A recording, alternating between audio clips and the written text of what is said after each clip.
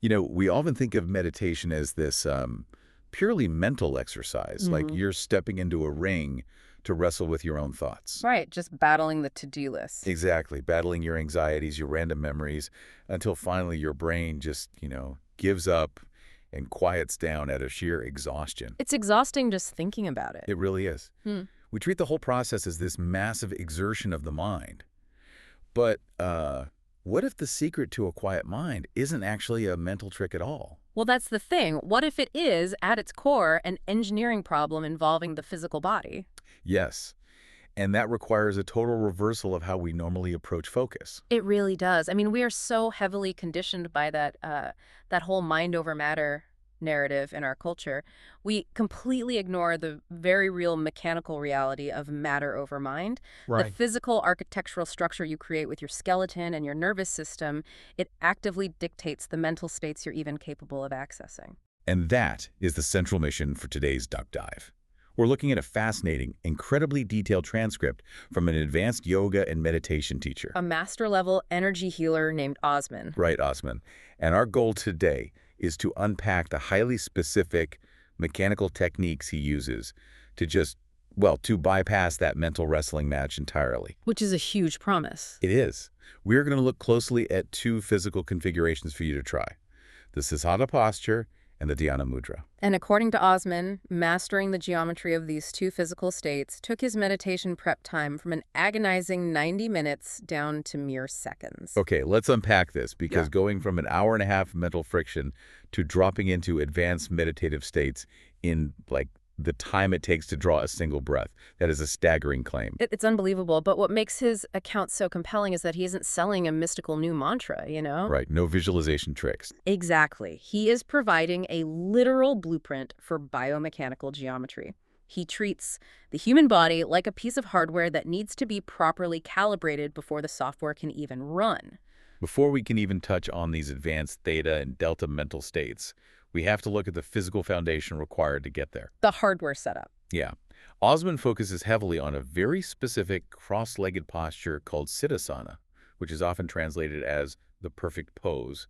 And hearing him describe it, perfect definitely does not mean simple or easy. Not at all. I mean, when you picture someone meditating, you probably imagine the casual, easy, cross-legged position. Sitting on a little cushion, legs loosely Its folded. hands just resting in the lap.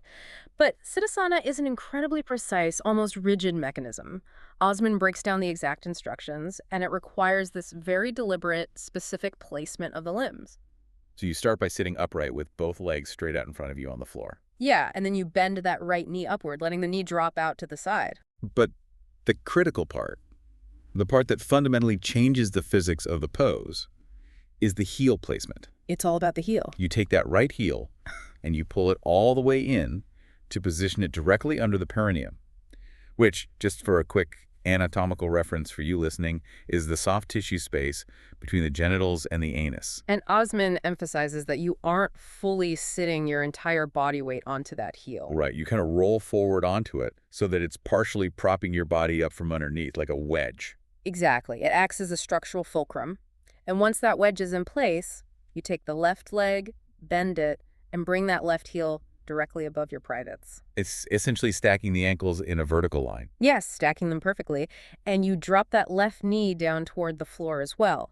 When you configure the legs this way, it forces the pelvis into a very specific forward tilt. So you're naturally leaning slightly forward, not completely vertical, which means your center of gravity shifts.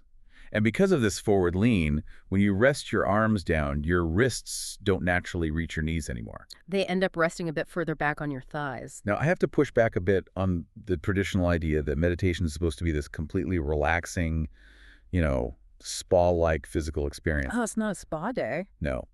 Osman explicitly warns that for beginners, locking your feet into this stacked position actively strains the inner thigh tendons. You feel it pulling deep into the pelvic region. It's intense. Honestly, listening to these mechanics, it sounds less like a comfortable way to relax and more like setting up a rigid, highly calibrated tripod for a heavy telescope. That's a great analogy, because if you're going to point a high-powered telescope at a star millions of light years away, You don't rest the instrument on a squishy beanbag. No, the slightest breeze or vibration throws the whole image completely out of focus. Right, you need zero wobble. You have to lock down the base so the instrument itself is fundamentally unshakable, and Siddhasana is doing exactly that to the human skeleton. It creates that unshakable base. Yes, and we have to look at the biomechanical why behind that base. Think about what your brain and nervous system are doing when you sit in a normal, casual, cross-legged position. Your lower back naturally rounds out into a slump. Gravity just pulls you backward. Exactly. To prevent you from literally falling over, your core muscles have to constantly fire. Your brain is dedicating an immense amount of subconscious processing power to managing these tiny micro-adjustments. You slump, your muscles correct it. You lean left, your obliques correct it. You are constantly managing the wobble without even realizing it. But Siddhasana changes the engineering entirely. With that right heel propping up the base of the pelvis, it tilts the hips forward and naturally restores the curve of the lumbar spine. Your vertebrae suddenly stack perfectly like building blocks. Right. Combine that with your two knees resting on the floor, and you have a literal three-point geometric tripod. The physical struggle to stay upright it ends. The core muscles can essentially turn off. And Osman points out that achieving this geometric stability automates 50 to 90% of the meditation process. Because it signals to your central nervous system that the physical body is totally secure, which is an incredible revelation. Well, it really is. Half the battle of trying to quiet your mind is actually just your nervous system fighting gravity. Yeah, just trying not to fall over. But this brings up a rather large hurdle. Why would anyone endure the initial awkwardness and the sheer tendon strain of adapting to this tripod pose? It's not easy. Osman admits it took him 2 full years of daily practice to adapt his body to this geometry without pain. 2 years. There has to be a massive, undeniable payoff to put yourself through that kind of physical conditioning. And according to the source material, the answer is to safely manage a massive internal energy surge. Right, we are crossing over from purely skeletal biomechanics into the management of subtle energy, specifically what Osman and these traditions call Kundalini energy. I have to pause on that term because for a deep dive rooted in engineering and physical mechanisms, introducing, dormant spiritual energy feels a bit abstract. It can sound that way, sure. What are we actually talking about here? When Osman says this energy awakens during deep meditation and is completely overpowering to the normal physical body, what does that translate to biologically? What does too much voltage actually feel like? Well, if we strip away the mystical terminology and look at the physical sensation he is describing, we are talking about a profound hyperarousal of the central nervous system. Yeah. When the brain enters these incredibly deep states of focus, it can trigger massive cascades of neurochemicals and intense bioelectrical activity traveling up the vagus nerve and the spinal cord. And practitioners describe it as intense heat. Right? Intense heat, shaking, rapid heart rate, or a feeling of just overwhelming electrical current coursing through the nervous system. The unconditioned human body simply isn't wired to process that level of sudden, intense physiological excitation. It triggers a panic response, so the normal hardware just shorts out. Exactly. It makes me think of an electrical grid. If a massive like a direct lightning strike hits a regular household circuit, it fries everything. The toaster, the television. Yeah. All the delicate, thin wiring inside your walls is just blown to pieces because it isn't built to handle millions of volts. But if you have a heavy-duty copper grounding wire or a properly installed lightning rod, it takes that massive, potentially destructive voltage and channels it safely. And the alignment acts as that grounding wire. What's fascinating here is Osman's claim about the unique capacity of the spine. Right. He observes that the spinal column seems to be the only physiological structure in the human body with the unlimited capacity to withstand these extremely high levels of energetic voltage without becoming overwhelmed. But it can only do that if it is perfectly aligned. Perfectly aligned. Which brings us right back to the heel placement. Right back to the heel. Yeah. By placing that right heel exactly under the perineum and stacking the left heel above it, you are physically pressing against the major nerve clusters at the base of the pelvic floor. You're creating a structural containment field. Instead of letting that profound nervous system arousal flood chaotically out into the limbs and the organs, which causes the shaking and the panic, Siddhasana redirects all of that intense energy straight up the heavy-duty grounding wire of the spinal cord. Because if you just sit in a casual pose, the spine isn't perfectly stacked. The wire is bent. The connection at the base is loose. Right. Osman explicitly states that without this specific structural containment, you simply won't be able to handle the physiological intensity of advanced meditation. And you will actually stall your own progress. By locking the skeleton into Siddhasana, he estimates you can double or even quintuple the speed of your development. Simply because your body is no longer wasting energy trying to manage the surges. You maximize the efficiency of the physical vessel. Okay, so the spine acts as the main heavy-duty power cable. But having a thick cable doesn't do much if the power is just leaking out the ends. No, it doesn't. Every electrical system needs a switch to actually complete the circuit. And if the spine is the cable, the hands act as the switch to turn on what Osman describes as a literal turbo boost. That introduces the Dhyana Mudra. This is a very specific hand position where the tip of the index finger touches the tip of the thumb, while the remaining three fingers are kept relatively straight. But Osman adds a crucial postural detail to this that is frequently ignored in modern yoga classes. He does. He instructs that the arms must be kept outstretched, resting further down on the thighs or knees, rather than being tucked in close to the torso. Which does feel highly counterintuitive. I mean, normally when you want to feel safe and relaxed, you pull your limbs inward, you cross your arms, or you fold your hands closely in your lap. You do, but folding your elbows tightly against your ribs physically compresses the axillary regions, the armpits. Okay. Osman explains that there are major subtle energy centers, as well as dense clusters of lymph nodes and nerves located right under the armpits. By opening the elbows outward and extending the arms, you mechanically unblock those pathways, Allowing a much freer flow of bioelectrical circulation throughout the upper chest and shoulders. Exactly. Here's where it gets really interesting for me. Osman wasn't just born believing in the power of hand gestures. He actually started out as a complete outspoken skeptic of this specific technique. He admits openly that for over 2 decades of his intense yoga practice, he thought hand mudras were just nonsense. Hocus pocus is the exact phrase he used. He assumed they were just cosmetic affectations designed to make you look like a profound mystical monk on a mountain.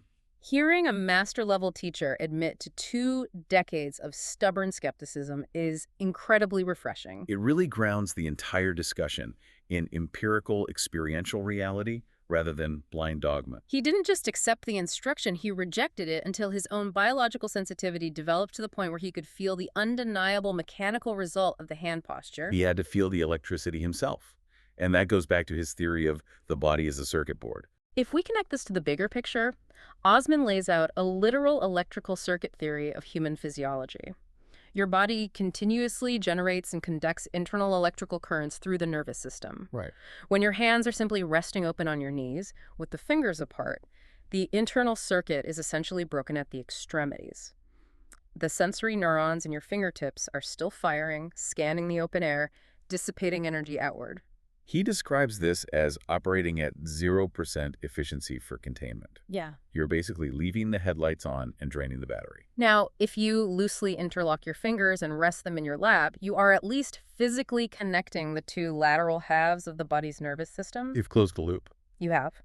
Osman rates this loose interlock at about 50% efficiency. It contains some energy, but the neurological connection is messy and unfocused. But the Dhyana Mudra changes the wiring entirely. The index finger touching the thumb acts as what he calls a double locking mechanism. When you press the dense nerve endings of the index finger and the thumb together, you create a localized sensory motor loop. The brain's motor cortex sends the signal to press, and the sensory cortex instantly receives the precise, tactile feedback of that pressure. Exactly. The brain stops searching the external environment for input because the loop is perfectly sealed. Osman states this provides 100% efficiency, allowing the bioelectrical current to circulate endlessly and build upon itself without leaking. When you combine the perfect grounding wire of the perfectly stacked spine with the 100% closed circuit of the hands, the practical results he describes are mind-blowing. They really are. We have to look at the real-world application of this. Understanding the biomechanics of the pelvic tilt and the nervous system loops is fascinating. But how does this drastically change the actual minute-by-minute experience of sitting down to meditate? To grasp the magnitude of this biomechanical shortcut, you have to look at Osman's timeline before he discovered these secrets. He used to engage in punishing marathon meditation sessions lasting 16 to 18 hours a day.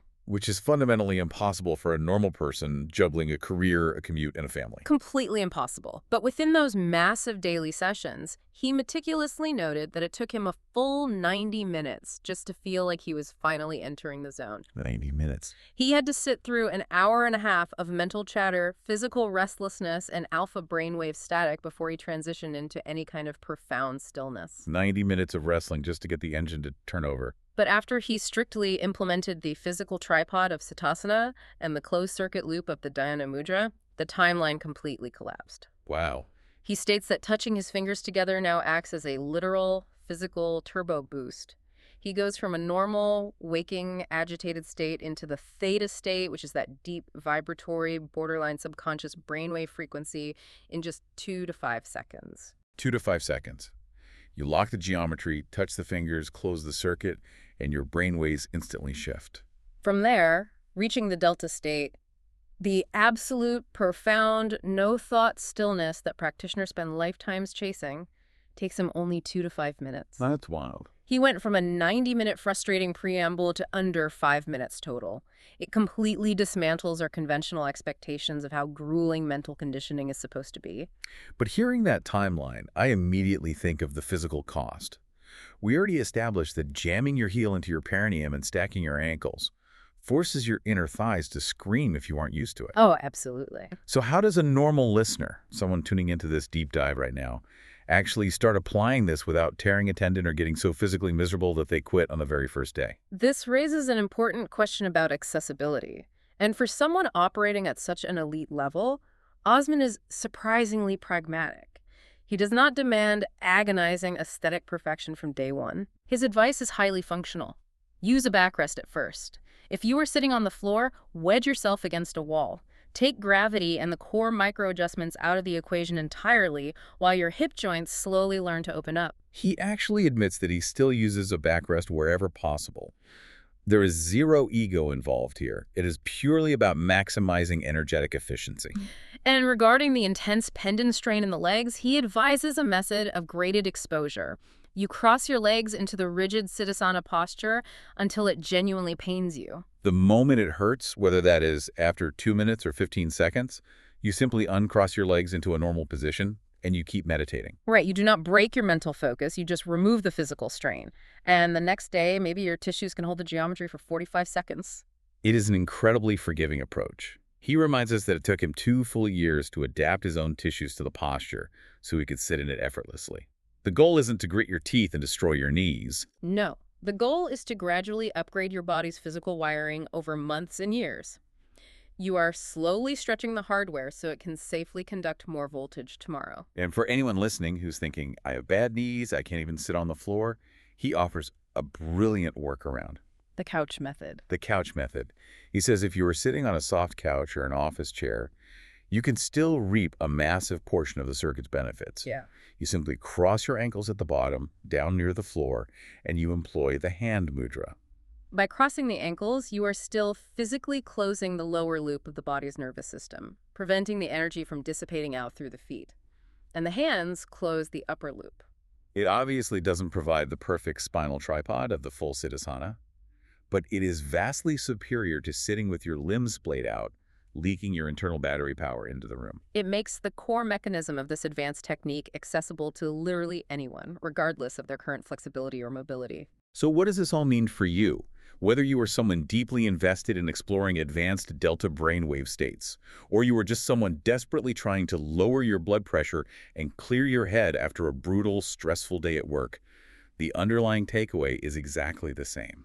We have to stop treating the mind and the physical body as two completely separate rooms in a house. They are the exact same system. Aligning your physical body, wedging the pelvis to create that rigid tripod, stacking the spine to act as a heavy-duty grounding wire, and deliberately looping your nervous system with your fingertips is the ultimate mechanical shortcut to mental clarity. You don't have to spend 90 minutes wrestling with your thoughts if you just take the time to fix the physical wiring first. It transforms the act of meditation from a grueling battle of mental willpower into a precise exercise in biological geometry. Once the structural geometry is correct, the mind has no choice but to follow suit. It's a profound shift in perspective. And it leaves me with this lingering, provocative thought to chew on. If simply shifting the exact way you cross your legs and touching the nerve endings of your index finger to your thumb can radically alter your brain waves from a waking, anxious state to a deep, no-thought delta state in a matter of seconds. What other undiscovered physical geometries might be out there? What other precise physical postures of the human skeleton exist right now that could instantly unlock completely different dormant cognitive or physical abilities? We walk around treating the human body like a simple, fragile radio, but it seems much more likely that we are actually sitting inside a highly complex, high-voltage control room, and we have barely even begun to figure out what most of the switches actually do.